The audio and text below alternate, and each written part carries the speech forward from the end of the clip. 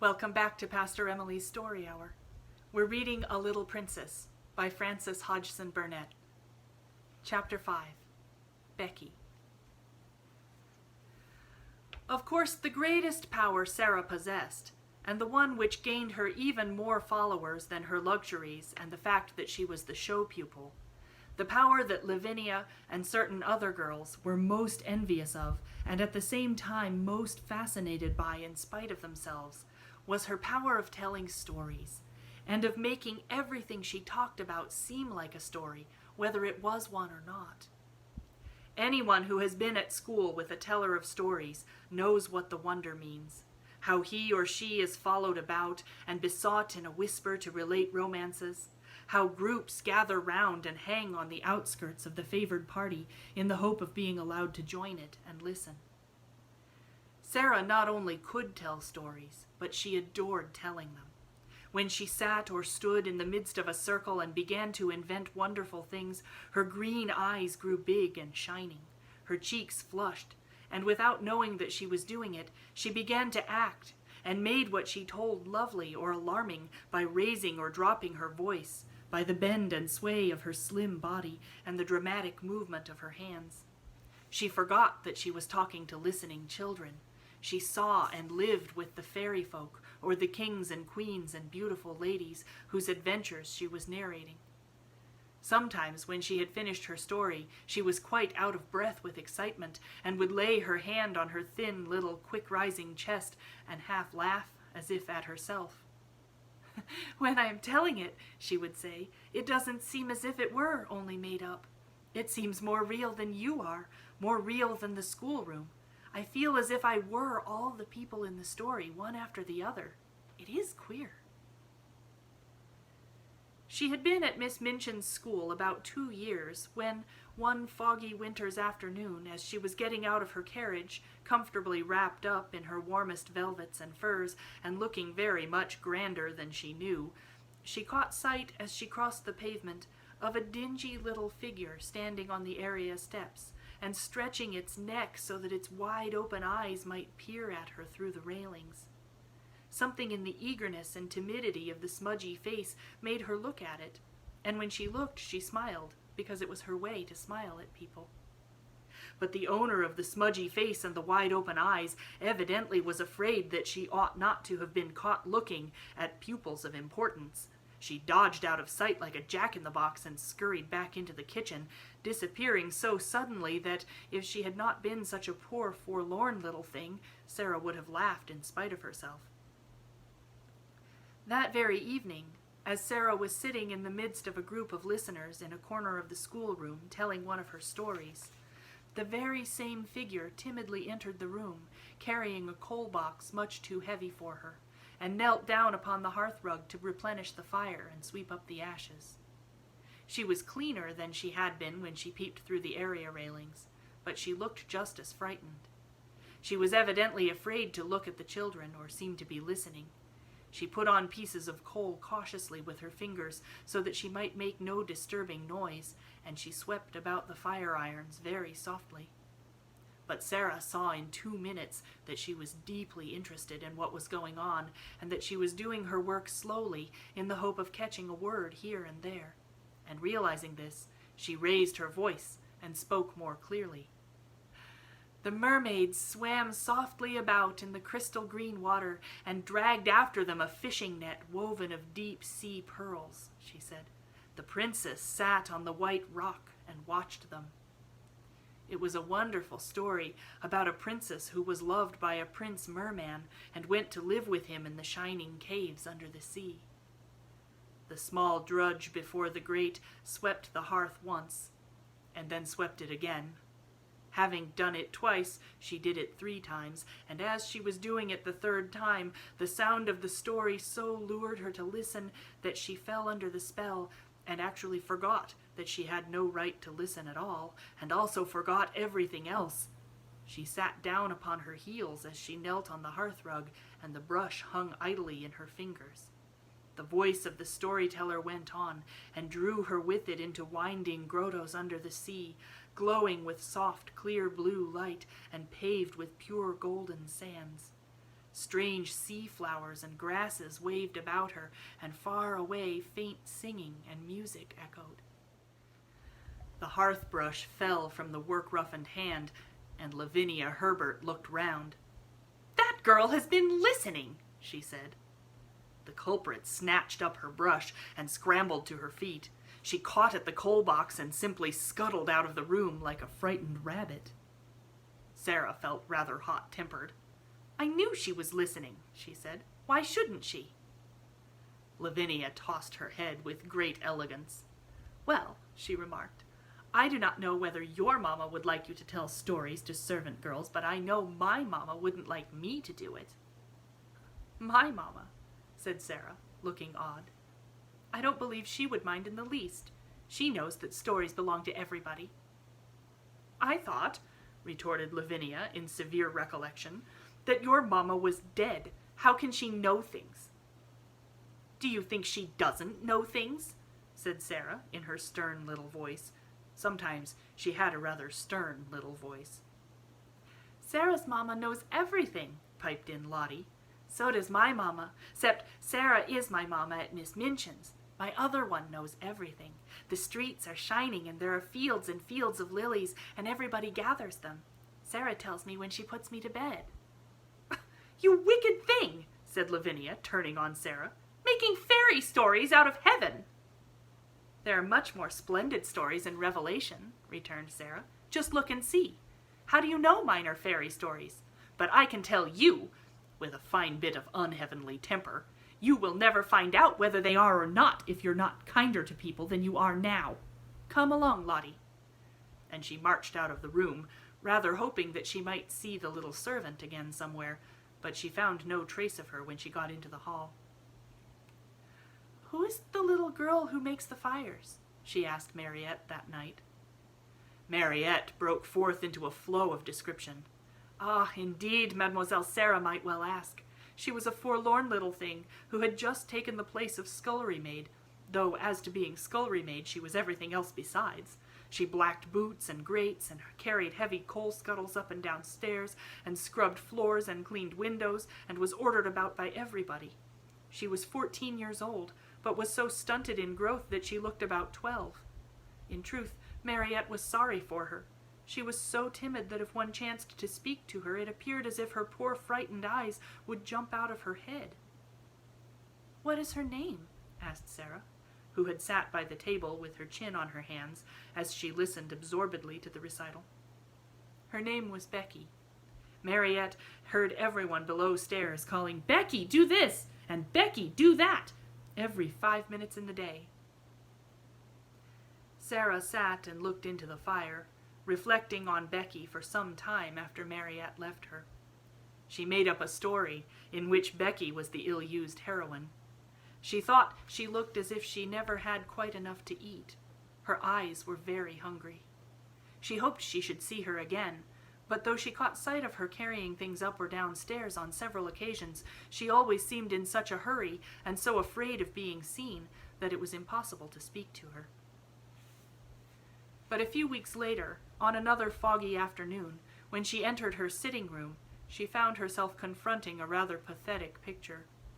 In her own special and pet easy-chair before the bright fire, Becky, with a coal smudge on her nose and several on her apron, and with her poor little cap hanging half off her head and an empty coal box on the floor near her, sat fast asleep, tired out beyond even the endurance of her hard-working young body. She had been sent up to put the bedrooms in order for the evening.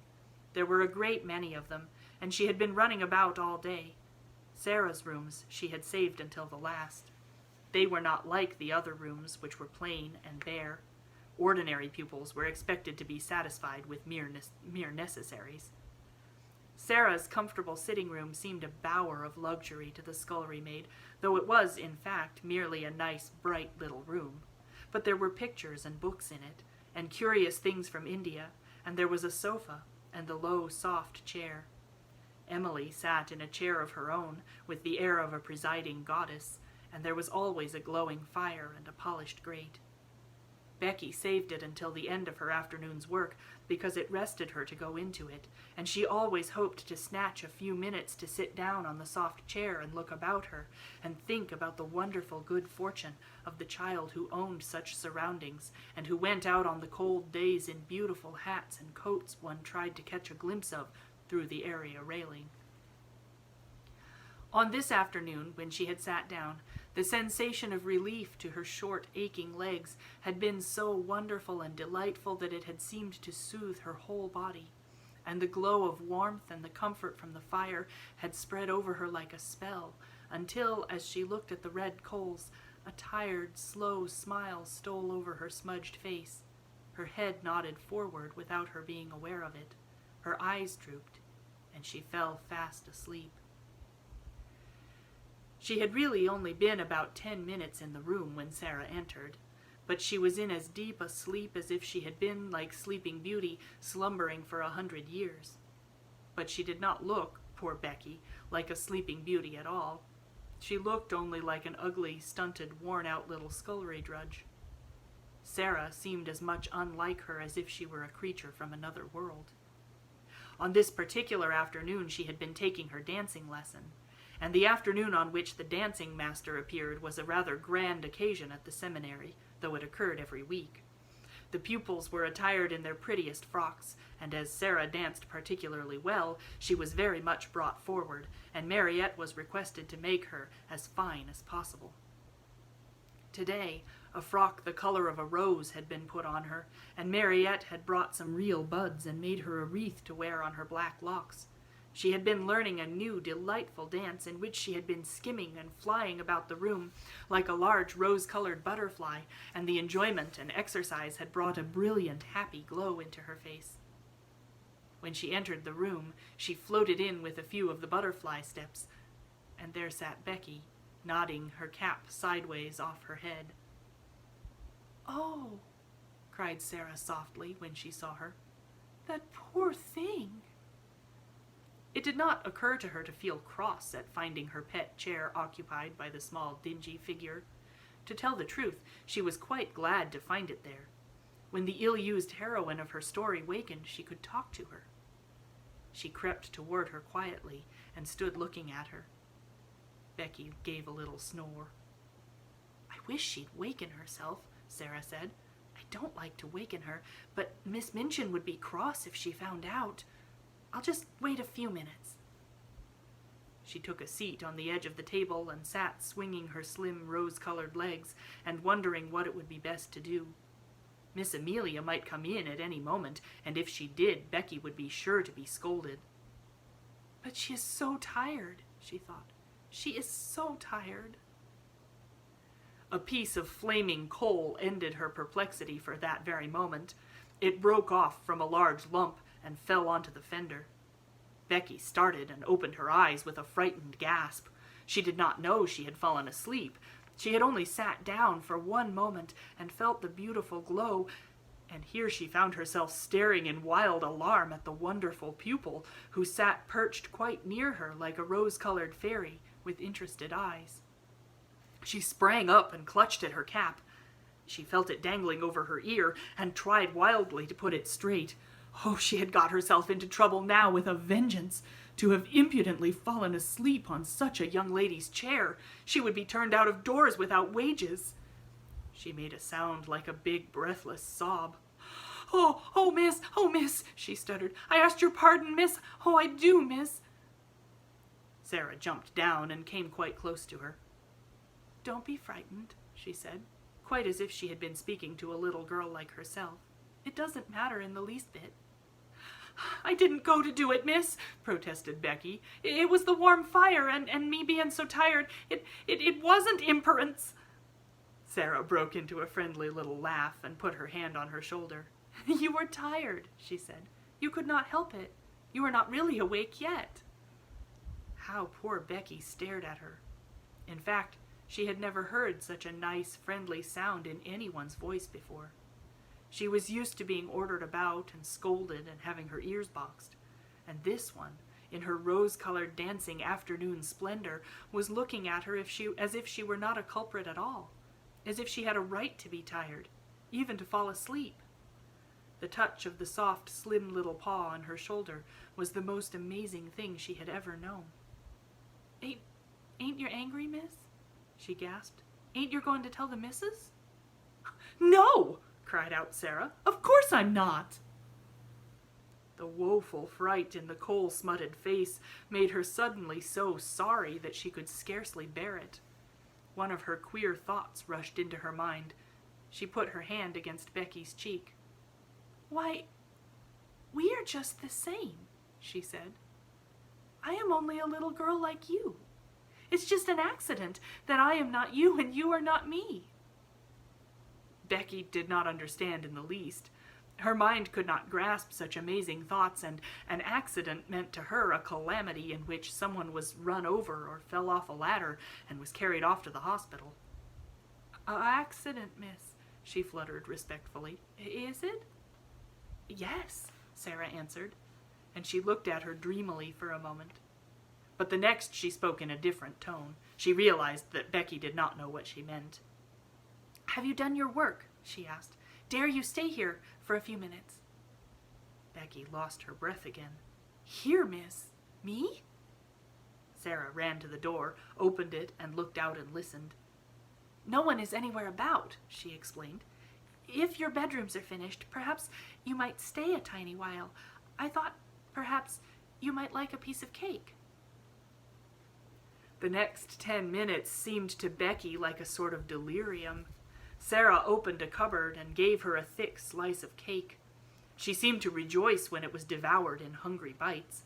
She talked and asked questions and laughed until Becky's fears actually began to calm themselves, and once or twice gathered boldness enough to ask a question or so herself, daring as she felt it to be. "Is that," she ventured, looking longingly at the rose-colored frock, and she asked it almost in a whisper, "Is that there your best?" "It is one of my dancing frocks," answered Sarah. "I like it, don't you?" For a few seconds, Becky was almost speechless with admiration. Then she said in an awed voice, "Once did I see a princess. She was standing in the street with the crowd outside Covent Garden watching the swells go into the opera. And there was one everyone stared at most. They says to each other, 'That's the princess.' She was a growed-up young lady, but she was pink all over, gowned and cloak and flowers and all. I called her to mind the minute I see you sitting there on the table, miss. You looked like her." "I've often thought," said Sarah in her reflecting voice, "that I should like to be a princess. I wonder what it feels like. I believe I will begin pretending I am one." Becky stared at her admiringly, and as before did not understand her in the least. She watched her with a sort of adoration. Very soon Sarah left her reflections and turned to her with a new question. "Becky," she said, "weren't you listening to that story?" "Yes, miss," confessed Becky, a little alarmed again. "I know I hadn't ought her, but it was that beautiful I couldn't help it." "I liked you to listen to it," said Sarah. "If you tell stories, you like nothing so much as to tell them to people who want to listen. I don't know why it is. Would you like to hear the rest?" Becky lost her breath again. "Me hear it?" she cried. "Like as if I was a pupil, miss. All about the prince and the little white mer-babies swimming about laughing with stars in their hair?" Sarah nodded. "You haven't time to hear it now, I'm afraid," she said. "But if you will tell me just what time you come to my rooms, I will try to be here and tell you a bit of it every day until it is finished. It's a lovely long one, and I'm always putting new bits to it." "Then," breathed Becky devoutly, "I wouldn't mind how heavy the coal boxes was, or what the cook done to me, if I might have that to think of." "You may," said Sarah. "I'll tell it all to you." When Becky went downstairs, she was not the same Becky who had staggered up, loaded down by the weight of the coal scuttle. She had an extra piece of cake in her pocket, and she had been fed and warmed, but not only by cake and fire. Something else had warmed and fed her, and the something else was Sarah. When she was gone, Sarah sat on her favorite perch on the end of the table. Her feet were on a chair, her elbows on her knees, and her chin in her hands. "If I was a princess, a real princess," she murmured, "I could scatter largesse to the populace. But even if I'm only a pretend princess, I can invent little things to do for people. Things like this. She was just as happy as if it was largesse. I'll pretend that to do things people like is scattering largesse. I've scattered largesse." Come back next week for Chapter 6.